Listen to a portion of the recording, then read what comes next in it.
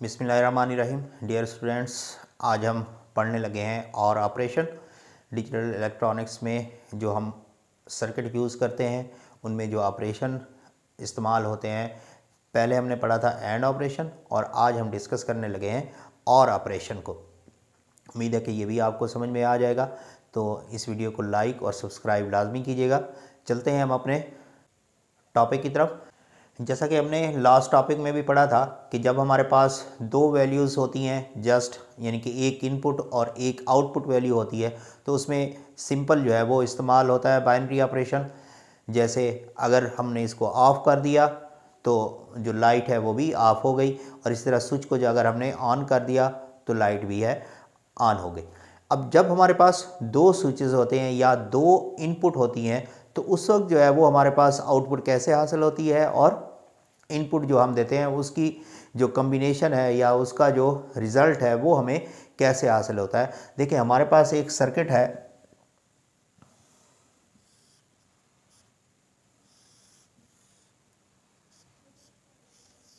जिसमें हम जो सोर्स है वो इस्तेमाल कर रहे हैं, और इसी तरह दो पैरेलल जो स्विचेस हैं वो यूज़ हो रहे हैं, एक S1 और एक S2।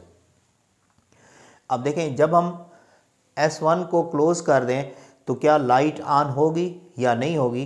देखते हैं, जैसे ही हम इसको क्लोज़ करते हैं तो आप देखें S2 ओपन है, लेकिन S1 क्लोज़ होने से ये जो उसका पाथ है वो कंप्लीट हो गया और लाइट जो है वो ऑन हो जाएगी।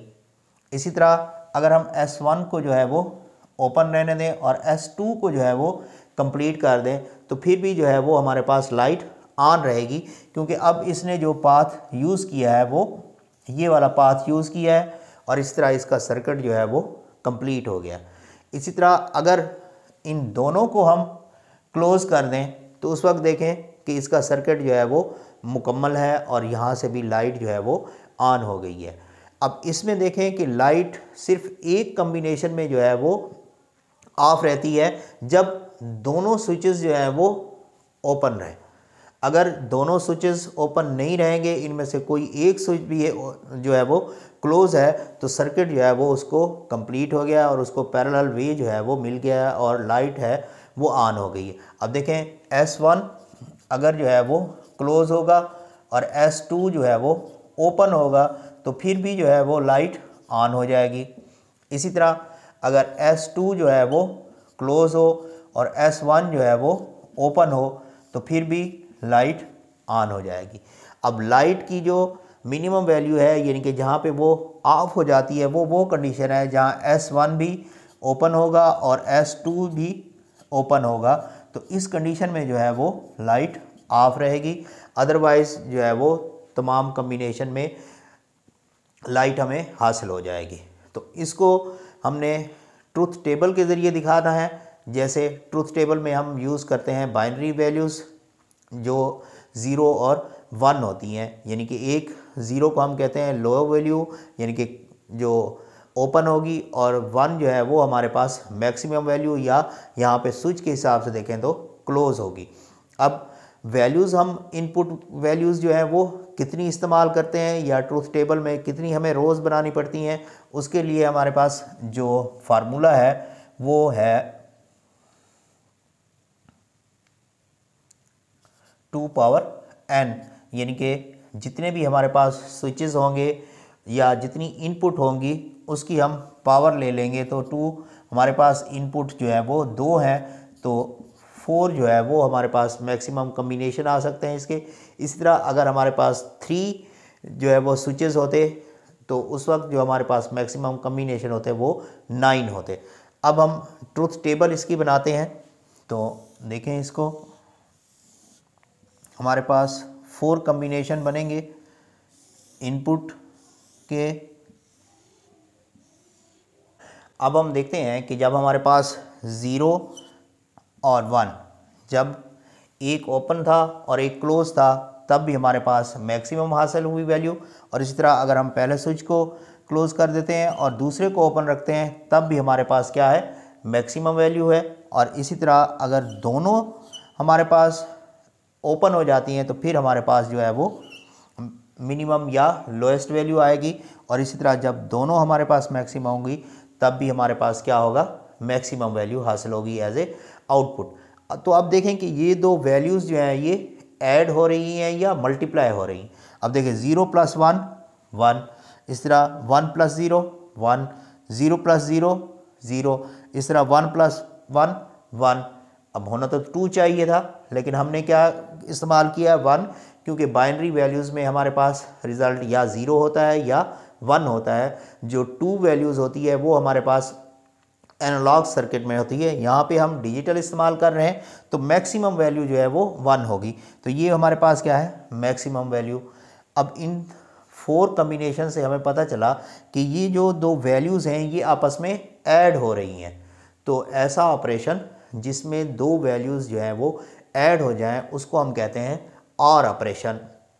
तो हम इसको इक्वेशन से ज़ाहिर करते हैं, a + b, यानी कि first input plus second input, वो हमें क्या देगी, आउटपुट देगी। तो ये इक्वेशन जो है वो और ऑपरेशन की इक्वेशन है। और इसी तरह जब हम इसको सिंबल से ज़ाहिर करते हैं तो इस तरह की जहाँ पे भी सिंबल मौजूद होगी वो ज़ाहिर करेगी कि ये जो हम ऑपरेशन यूज़ कर रहे हैं वो और ऑपरेशन यूज़ कर रहे हैं।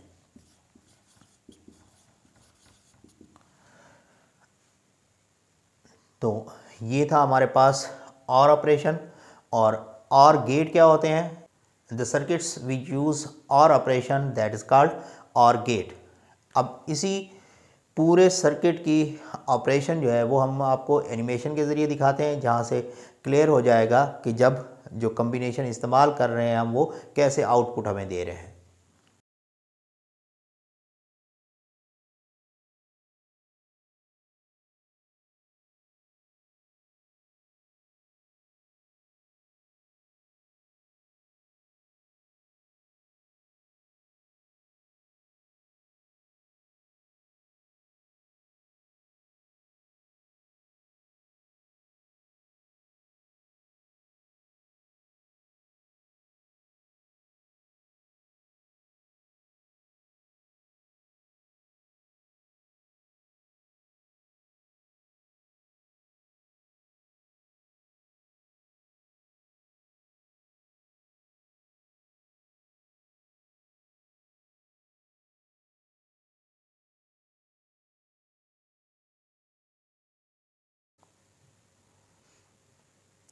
उम्मीद है कि आपको इससे क्लियर हो गया होगा और ऑपरेशन।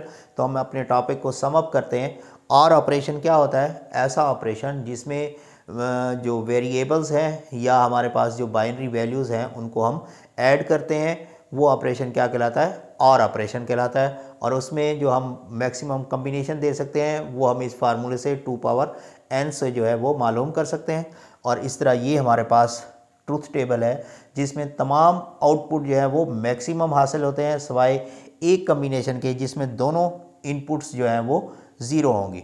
और इसी तरह ये हमारे पास इक्वेशन है जो ज़ाहिर करती है कि जो और ऑपरेशन है उसमें वेरिएबल्स जो हैं वो ऐड हो रहे हैं। और ये सिंबल है जिससे हम और ऑपरेशन को जो है वो ज़ाहिर करते हैं।